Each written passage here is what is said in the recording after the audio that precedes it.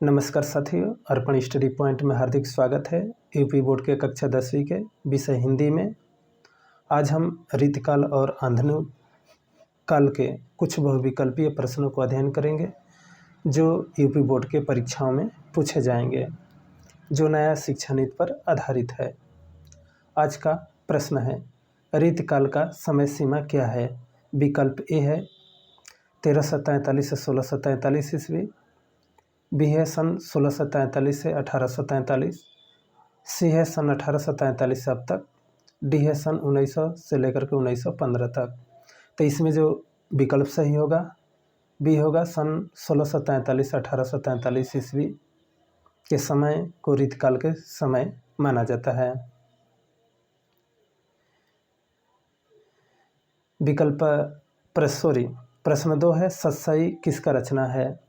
सत्सई किसका रचना है? विकल्प ए है केशव का, बी है भूषण, सी है बिहारी, डी मतीराम। तो जो इसका विकल्प सही हो जाएगा विकल्प सी सही होगा, बिहारी। सत्सई किसका रचना है? बिहारी का है, विकल्प सी सही है।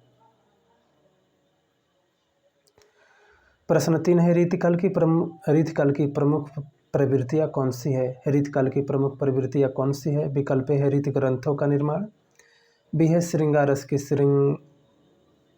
रस की प्रमुखता, सी है आश्रयदाताओं की प्रशंसा, और विकल्प डी दिया है उपयुक्त सभी।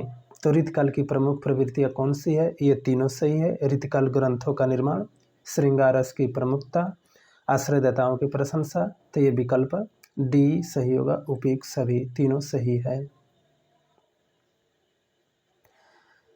प्रश्न 4 है, पद्माकर का कौन सा रचना नहीं है? पद्माकर का कौन सा रचना नहीं है? विकल्प ए है पद्मभरण, बी है गंगा लहरी, सी है रसराज, डी है जगद विनोद। तो पद्माकर का कौन सा रस नहीं है? तो इसमें से जो विकल्प सही हो जाएगा सी होगा, रसराज, विकल्प सी सही। प्रश्न 5 है, रसराज ललित ललाम के रचनाकार कौन है? रसराज ललित ललाम के रचनाकार कौन है? विकल्प ए बिहारी, बी केशव, सी कृष्णदास, डी है मतीराम।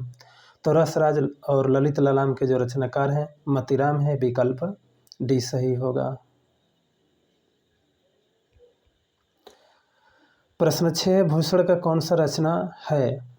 प्रश्न 6 है, भूषण का कौन सा रचना है? शिवराज भूषण है, बी है शिवा वामनी, सी है छत्रसाल दशक, डी है उपयुक्त सभी।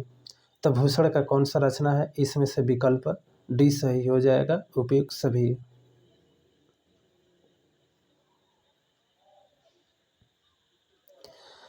प्रश्न 7 है, केशव की कौन सी रचना नहीं है? केशव की कौन सी रचना नहीं है? विकल्प ए है रामचंद्रिका, बी है कवि प्रिया, सी है ए तथा बी दोनों। तो डी दिया है उपयुक्त कोई नहीं। तो इसमें से रामचरित्र, कवि प्रिया और ए और बी दोनों ये तो सही हैं, ये केशव की रचना है, बल्कि इसमें से डी होगा कोई नहीं। तो विकल्प डी मान लेंगे कि कोई नहीं है। केशव की जो रचना है रामचंद्रिका और कवि प्रिया, ये दोनों रचनाएं हैं।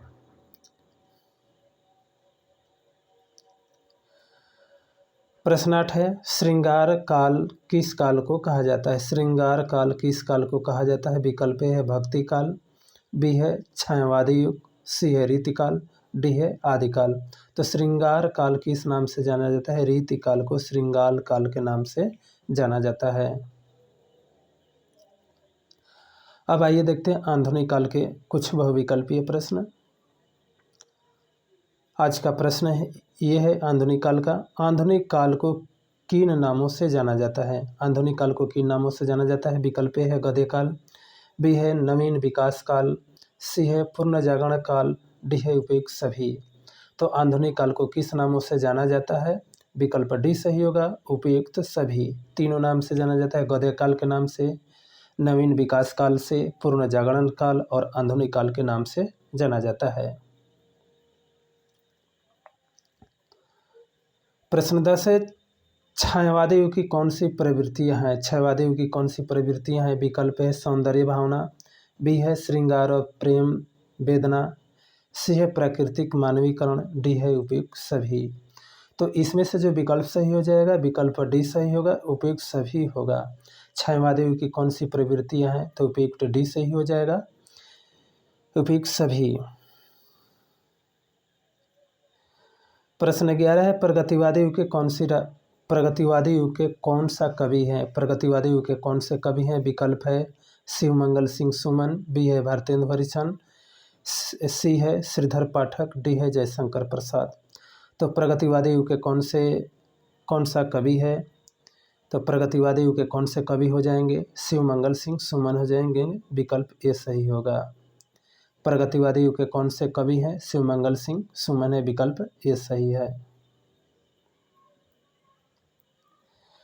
प्रश्न 12 है, आंगन के पारद्वार। आंगन के पारद्वार किसका रचना है? विकल्प है नागार्जुन है, बी है अज्ञेय, सी है भवानी प्रसाद मिश्र, डी है महादेवी वर्मा। आंगन के पारद्वार के जो रचनाकार हैं वे कौन होंगे? अज्ञेय हो जाएंगे, तो विकल्प बी सही होगा। प्रश्न 13 है, प्रगतिवादी युग की प्रवृत्तियां कौन सा नहीं है? प्रगतिवादी युग की प्रवृत्तियां कौन सा नहीं है? विकल्प ए है समाज का यथार्थवादी चित्रण, बी है नारी के प्रति परिवर्तन दृष्टिकोण, सी है शोषित के प्रति सहानुभूति, डी है सौंदर्य भावना। तो इसमें से जो विकल्प 13 का सही हो जाएगा, डी हो जाएगा सौंदर्य भावना। प्रगतिवादी युग की प्रवृत्तियां कौन सी नहीं है? सौंदर्य भावना है, और बाकी जो ए बी सी तीनों हैं ये प्रगतिवादी युग की प्रवृत्तियां हैं। प्रश्न 14 है, प्रथम तार सप्तक माना जाता है। प्रथम तार सप्तक माना जाता है, विकल्प ए है 1943 ईस्वी, बी है 1951, सी है 1959, डी है 1960। तो प्रथम तार सप्तक माना जाता है, इसका जो विकल्प सही हो जाएगा ये सही होगा। 1943 ईस्वी को प्रथम तार सप्तक का समय माना जाता है।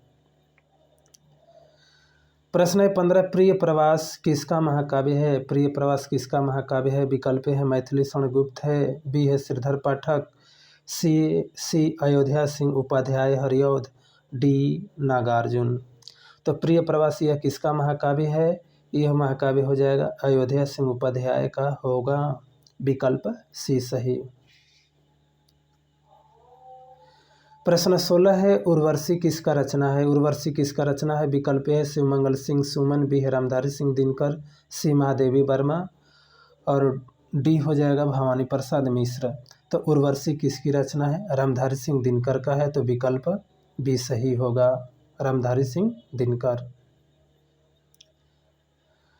प्रश्न 17 है, धूप के धान किसका नई कविता है? धूप के धान किसकी कविता ये है? विकल्प ए है भवानी प्रसाद मिश्र है, बी है अज्ञेय है, सी है गिरजा कुमार माथुर, डी है नागार्जुन। तो इसमें से जो विकल्प सही हो जाएगा सी होगा, गिरजा कुमार माथुर का है धूप के धान, विकल्प सी सही। प्रश्न 18 है, राहों का अन्वेषण किसने कहा था? राहों का अन्वेषण किसने कहा था? विकल्प ए है प्रभाकर माछवे, बी है भारत भूषण, सी है रामविलास शर्मा, डी है अज्ञेय। राहों का अन्वेषण किसने कहा था? अज्ञेय जी कहे थे, तो इसका विकल्प डी सही होगा। प्रश्न 19 है, शिवमंगल सिंह सुमन का कौन सा रचना है? शिवमंगल सिंह सुमन का कौन सा रचना है? विकल्प ए है यामा है, बी है साकेत, सी है प्रिय प्रवास, डी है प्रलय सृजन। शिवमंगल सिंह सुमन का जो रचना है ये विकल्प डी सही होगा, प्रलय सृजन।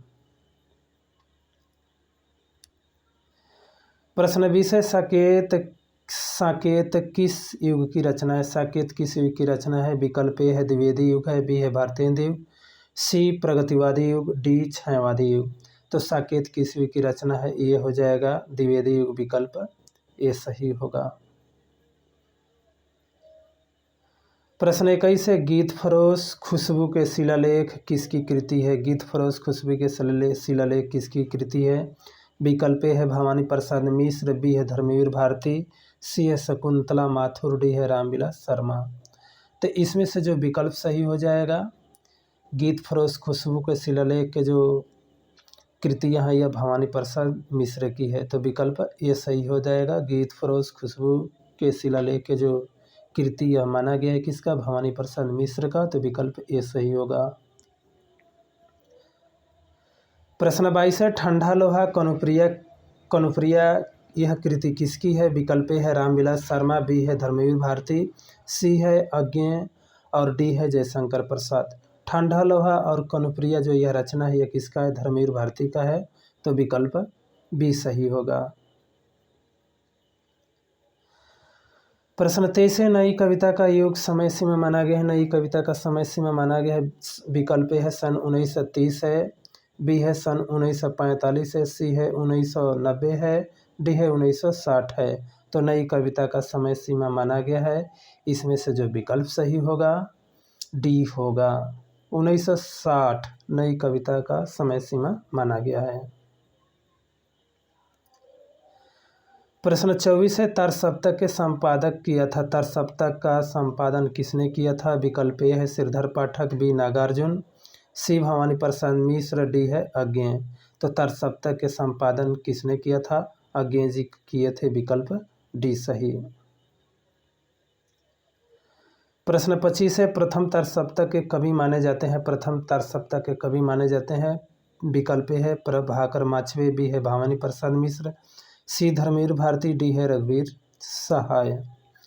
तो प्रथम तरसप्तक के जो माने गए हैं, प्रथम कवि माने गए हैं प्रभाकर माछवे, विकल्प ए सही होगा। प्रथम तरसप्तक के कवि माने जाते हैं प्रभाकर माछवे, विकल्प ए सही है।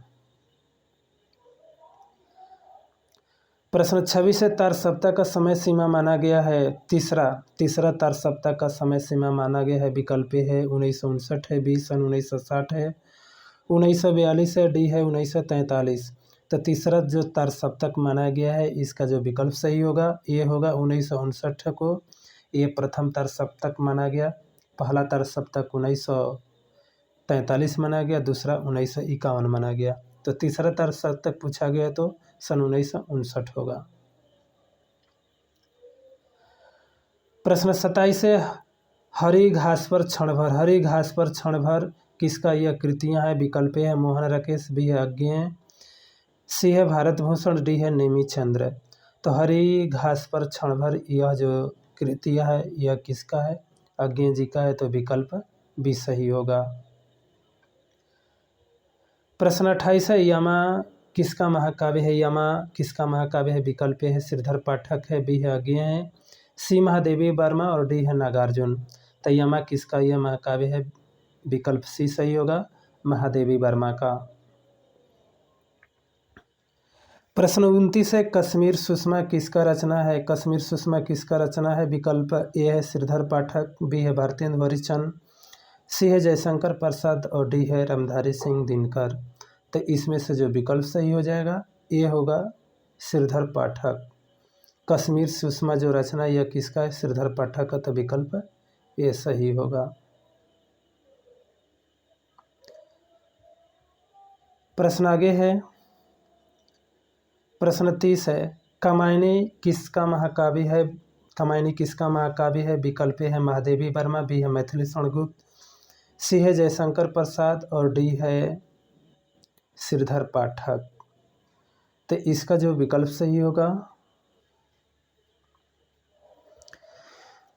कामायनी महाकाव्य का जो रचनाकार हो जाएंगे कौन हो जाएंगे? जयशंकर प्रसाद हो जाएंगे, विकल्प सी सही होगा।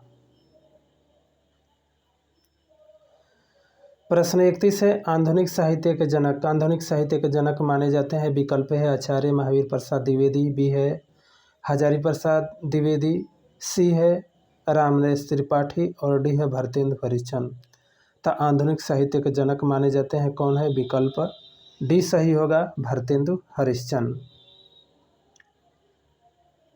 प्रश्न 32 है, भारतेंदु की प्रवृत्तियाँ कौन नहीं है? भारतेंदु की प्रवृत्तियाँ कौन नहीं है? विकल्प है सांस्कृतिक प्रेम, बी है स्वदेश प्रेम, सी है समाज सुधार प्राकृतिक चित्रण, डी है मानवतावादी प्रवृत्तियाँ। तो भारतेंदु की प्रवृत्तियाँ कौन सी नहीं है? तो विकल्प डी सही होगा, मानवतावादी प्रवृत्तियाँ, विकल्प डी सही। प्रश्न 33 है, प्रेम माधुरी किसका रचना है? प्रेम माधुरी किसका रचना है? विकल्प ए है शिव मंगल सिंह सुमन, बी है हजारी प्रसाद द्विवेदी, सी है भारतेंदु हरिश्चंद्र, डी भवानी प्रसाद मिश्र।